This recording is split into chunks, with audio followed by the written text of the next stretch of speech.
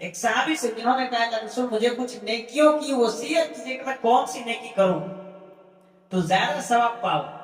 تو نبی صلی اللہ علیہ وسلم نے ارشاد فرمایا روزہ کو لازم پکڑو، لیکن روزے کے مقابلے میں کوئی دوسری نیکی نہیں. روزہ بہت بھاری، بہت بڑی نیکی.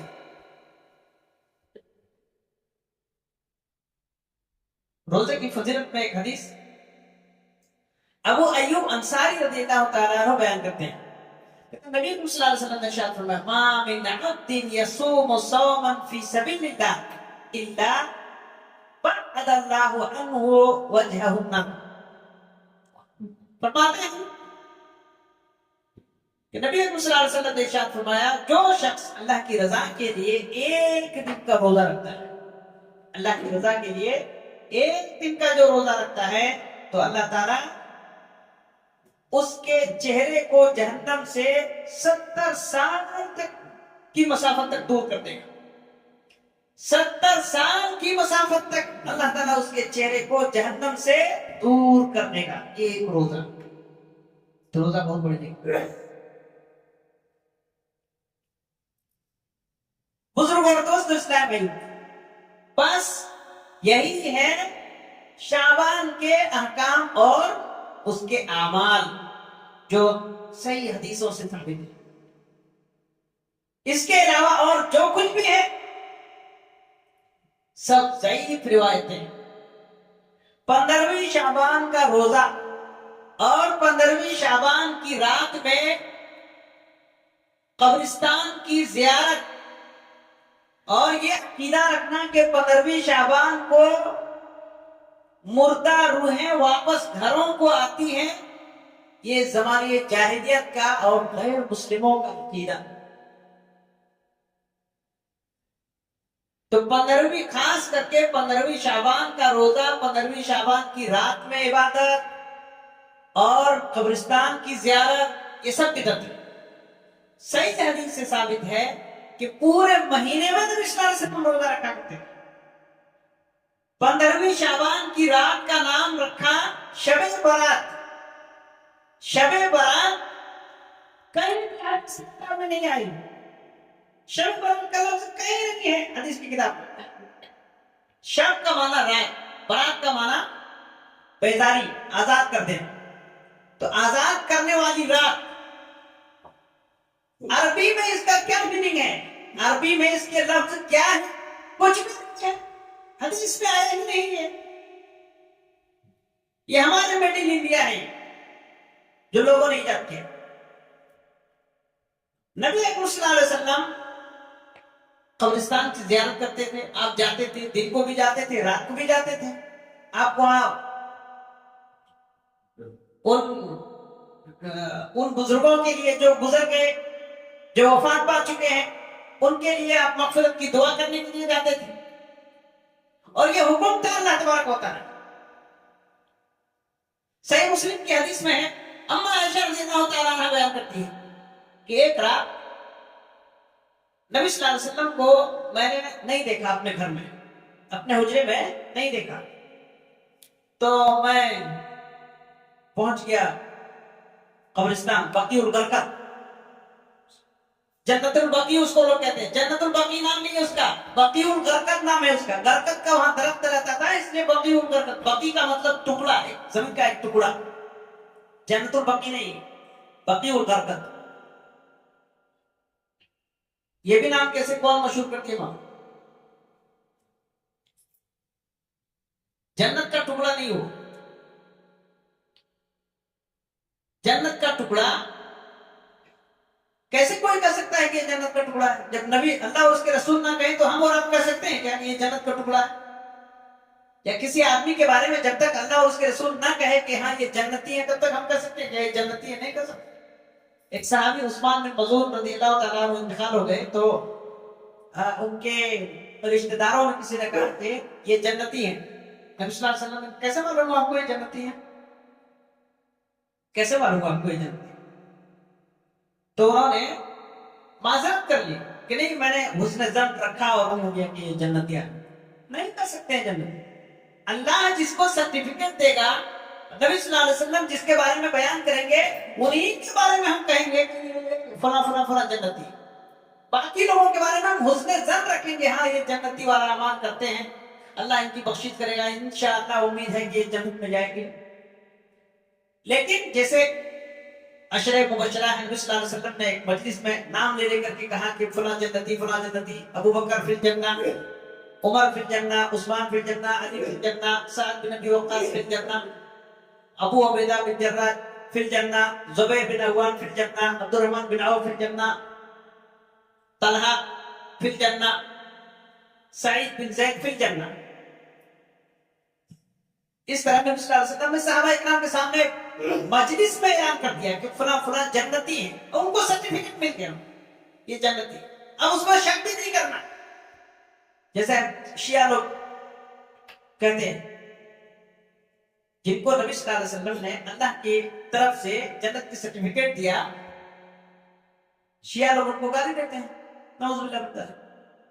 بنا تو جنت الباقی نہیں, وہ باقی الغر کا دن. نبی اکرم صلی اللہ علیہ وسلم لیٹ گئے تھے اپنے بستر پہ. حدیث میں پورا لفظ ہے. اما عائشہ رضی اللہ تعالیٰ عنہ بھی اسی حجرے میں تھی. وہ تھوڑا جو ہے نیند میں تھوڑا زیادہ وہ نیند میں تھی وہ, اور نبی صلی اللہ علیہ وسلم بھی سوئے نہیں تھے. اسی درمیان جبریل امین رات میں جبریل امین آیا اور کہا اللہ کے رسول صلی اللہ علیہ وسلم آپ اٹھئے, اللہ نے آپ کو حکم دیا ہے کہ آپ بقیع الغرقد جائیں, اور جو لوگ وفات پا چکے ہیں مسلمانوں میں سے, صحابہ اکرام میں سے, ان کے لیے آپ مغفرت کی دعا کریں تاکہ آپ کی مغفرت کی دعا کے ذریعے اللہ تعالیٰ ان کی بخشش فرما دے اور ان کے درجات کو بلند فرما دے. نبی صلی اللہ علیہ وسلم اسی وقت اٹھے, جوتا چپکے سے اٹھائے اور جوتے پہن کر کے نبی صلی اللہ علیہ وسلم نکل گئے اور گئے قبرستان. وہاں جا کر ہاتھ اٹھا کر کے دعا کر رہے ہیں. اما عائشہ رضی اللہ تعالیٰ عنہ دیکھا کہ نہیں ہے. اما عائشہ رضی اللہ تعالیٰ عنہ نبی صلی اللہ علیہ وسلم کے پیچھے پیچھے قبرستان پہنچ گئی بقیع الغرقد. وہاں اما عائشہ رضی اللہ تعالیٰ عنہ نے دیکھا کہ نبی صلی اللہ علیہ وسلم ہاتھ اٹھا کر کے دعا کر رہے ہیں. دعا کرنے کے بعد نبی صلی اللہ علیہ وسلم وہاں سے آنے لگے. اما عائشہ رضی اللہ تعالیٰ تھوڑا دور کھڑی تھی, وہ بھی آئی. تو نبی صلی اللہ علیہ وسلم کو لگا کہ جو ہے کوئی ہے, تو آپ صلی اللہ علیہ وسلم تیز قدموں سے چلنے لگے. اما عائشہ اور تیز قدموں سے چلنے لگی, یہاں تک کہ نبی صلی اللہ علیہ وسلم سے پیر آ کر کے اپنے حجرے میں لیٹ گئی اور وہ ہانپ رہی تھی. یہ صحیح مسلم کی حدیث ہے. یعنی تیز چلنے کی وجہ سے اس کا سانس چل رہا تھا, ان کا سانس چل رہا تھا. تو نبی صلی اللہ علیہ وسلم آئے تو دیکھا کہ ان کا سانس چل رہا ہے. کہا کہ تم ہی تھی وہاں؟ کہا ہاں اللہ کے رسول. تو کیا تمہیں یہ ڈر ہے کہ میں تمہاری باری کی رات میں کسی دوسری بیوی کے پاس چلا جاؤں میں اور تمہارے ساتھ خیانت کروں؟ کیا تمہارے پاس تمہارا شیطان آ گیا تھا؟ تو انہوں نے کہا کہ کیا میرے ساتھ بھی شیطان ہے؟ کہا ہر ایک کے ساتھ شیطان ہے. کہا تو کیا آپ کے پاس بھی شیطان ہے؟ کہا میرے ساتھ بھی شیطان ہے, لیکن اس نے اسلام قبول کر لیا ہے اور وہ مجھے نیکی کا حکم دیتا ہے. یہ صحیح مسلم کی ایک پوری حدیث ہے.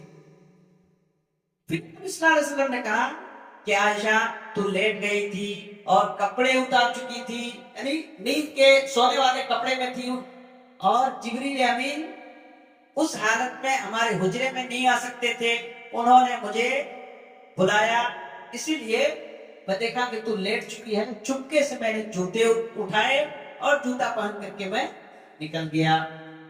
اللہ کا حکم تھا کہ میں شہدائے بدر کے لیے, شہدائے احد کے لیے اور دیگر صحابہ اکرام جو وفات پا چکے ہیں ان کی مغفرت کے لیے میں دعا کروں. اللہ نے مجھے حکم دیا, اسی لیے میں ان کی بخشش کی دعا کے لیے گیا. اس واقعے کو لوگ 15ویں شعبان سے جوڑ دیتے ہیں, جبکہ اس میں 15ویں شعبان کا ذکر کہیں نہیں ہے. آپ کبھی بھی جائیے قبرستان, جائیے اور دعا کیجیے. قبرستان جانے سے دو ایک تو ہم ان کے لیے دعا کرتے ہیں اور آپ کو عبرت ہوتی ہے, ہمیں عبرت ملتی ہے قبرستان جانے سے کہ وہ کوٹری میں, اندھیری کوٹری میں ہم سب کو جانا ہے. جہاں کوئی کھڑکی نہیں ہے، کوئی دروازہ نہیں ہے، جہاں ایسی ہے، جہاں اندھیری ہے، کوئی بلب اور روشنی نہیں ہے، وہ کیڑے مکوڑوں کا گھر ہے، وہ تنہائی کا گھر ہے، وہ گھر ہے وہ۔ اسی لیے نبی صلی اللہ علیہ وسلم نے ارشاد فرمایا قبرستان کی زیارت کرو، دنیا پہ بے رغبتی پیدا ہوگی اور قبر کی تم تیاری کرو گے۔ دیکھو کتنے بڑے بڑے شاہان اور بادشاہ اور کتنے بڑے بڑے مالدار اور بلند بالا عمارتوں میں زندگی بسر کرنے والے لوگ مٹی کے گھروں میں پڑے ہوئے ہیں، آج ان کا کوئی پرسان حال نہیں ہے۔ اس لیے قبرستان کی زیارت اور فوت شدہ لوگوں کے لیے، جو لوگ گزر چکے ہیں، ان کے لیے مغفرت کی دعا۔ تو مغفرت کی دعا آپ مسجد سے بھی کر سکتے، گھر سے بھی کر سکتے، آپ چلتے پھرتے بھی کر سکتے، جب یاد آ جائے تب آپ دعا کر سکتے ہیں مرحومین کے لیے، کبھی بھی آپ دعا کر سکتے ہیں، خالی 15ویں شعبان کی رات کو نہیں۔ اور خاص کر نیت اس نے کہ نہیں 15ویں شعبان کی رات ہی کو جانا چاہیے، اس دن روحیں آتی ہیں۔ تو یہ زمانے جاہلیت اور غیروں کا عقیدہ ہے۔ جو لوگ کہتے ہیں روحیں آتی ہیں فلاں فلاں دن کو، فلاں فلاں ان کے جو مخصوص کچھ خاص ڈیٹ اور تاریخ ہے، تہوار ہے، اس میں وہ لوگ یہ مانتے ہیں کہ جو ہے روحیں آتی ہیں۔ مسلمانوں کے پاس طبقات اور بعض لوگوں نے بھی یہ عقیدہ کر رکھا ہے کہ 15ویں شعبان کی رات کو روحیں آتی ہیں اور وہ ہمارے گھروں کو دیکھتی ہیں اور یہاں کھانا بھی کھاتی ہیں، نعوذ باللہ۔ قرآن مجید میں اللہ سبحانہ وتعالی نے ارشاد فرمایا حتى اذا جاءتهم الموت قال رب ارجعون لعلي اعمل صالحا فيما تركت كلا انها كلمة هو قائلها ومن ورائهم برزخ الى يوم يبعثون۔ جب آدمی مر جاتا ہے، اس کی موت ہو جاتی ہے، تو وہ کہتا ہے کہ اللہ مجھے ایک بار واپس لوٹا دے دنیا میں صالحہ، تاکہ میں کچھ نئے عمل کر لوں۔ اللہ تبارک و تعالیٰ کہتے ہیں کلا، ہرگز نہیں، انہا کلمۃ هو قائلها، یہ تو ایک کہنے کی بات ہے، وَمِن وَرَائِهِمْ بَرْزَخٌ إِلَىٰ يَوْمِ يُبْعَثُونَ، قیامت تک کے لیے ایک برزخ ہے، ایک آڑ ہے ان کے لیے کہ وہ دنیا میں نہیں آ سکتے دوبارہ۔ اور کیا کہا اللہ تعالیٰ نے؟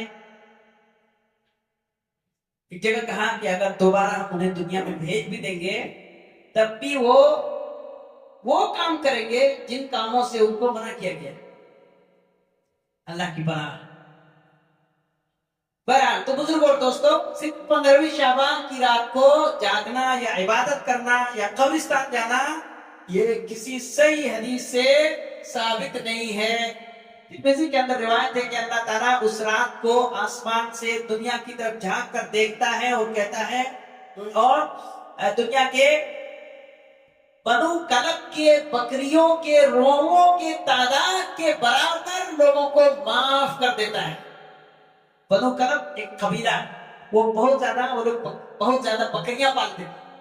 تو بنو کلب جو قبیلہ ہے، اس قبیلے کی جو بکریاں ہیں، ان بکریوں کے پیٹھ میں، بدن میں جتنے روئے ہیں، ان روؤں کے برابر لوگوں کو اللہ تعالیٰ معاف کرتا ہے، بہت سارے لوگوں کو اللہ تعالیٰ معاف کرتا ہے۔ ترمذی کے اندر یہ روایت ہے۔ امام ترمذی رحمۃ اللہ علیہ امام بخاری رحمۃ اللہ علیہ کے شاگرد ہیں۔ امام ترمذی رحمۃ اللہ علیہ کہتے ہیں کہ اس حدیث کو امام بخاری ہمارے استاد کہتے تھے کہ ضعیف ہے۔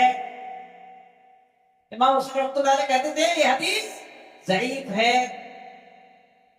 اچھا، جو اللہ تعالیٰ معاف کرتا ہے، جو بخشش کرتا ہے، وہ صرف اگر مان لیا کہ اس حدیث کے اندر کچھ بات صحیح ہے تو صرف 15ویں شعبان ہی کو اللہ معاف نہیں کرتا ہے، ہر پیر اور ہر کی رات اور جمعرات کی رات کو اللہ تعالیٰ تمام مومنوں کی بخشش کر دیتا ہے سوائے 2 لوگوں کے۔ صحیح مسلم کی حدیث ہے، نبی صلی اللہ علیہ وسلم نے ارشاد فرمایا کہ پیر اور جمعرات کو اللہ تعالیٰ کے سامنے نیکیاں پیش کی جاتی ہیں۔ ہر پیر اور ہر جمعرات کو اللہ تعالیٰ کے بارگاہ میں نیکیاں پیش کی جاتی ہیں، تو اللہ تعالیٰ ہر بندے کو معاف کر دیتا ہے۔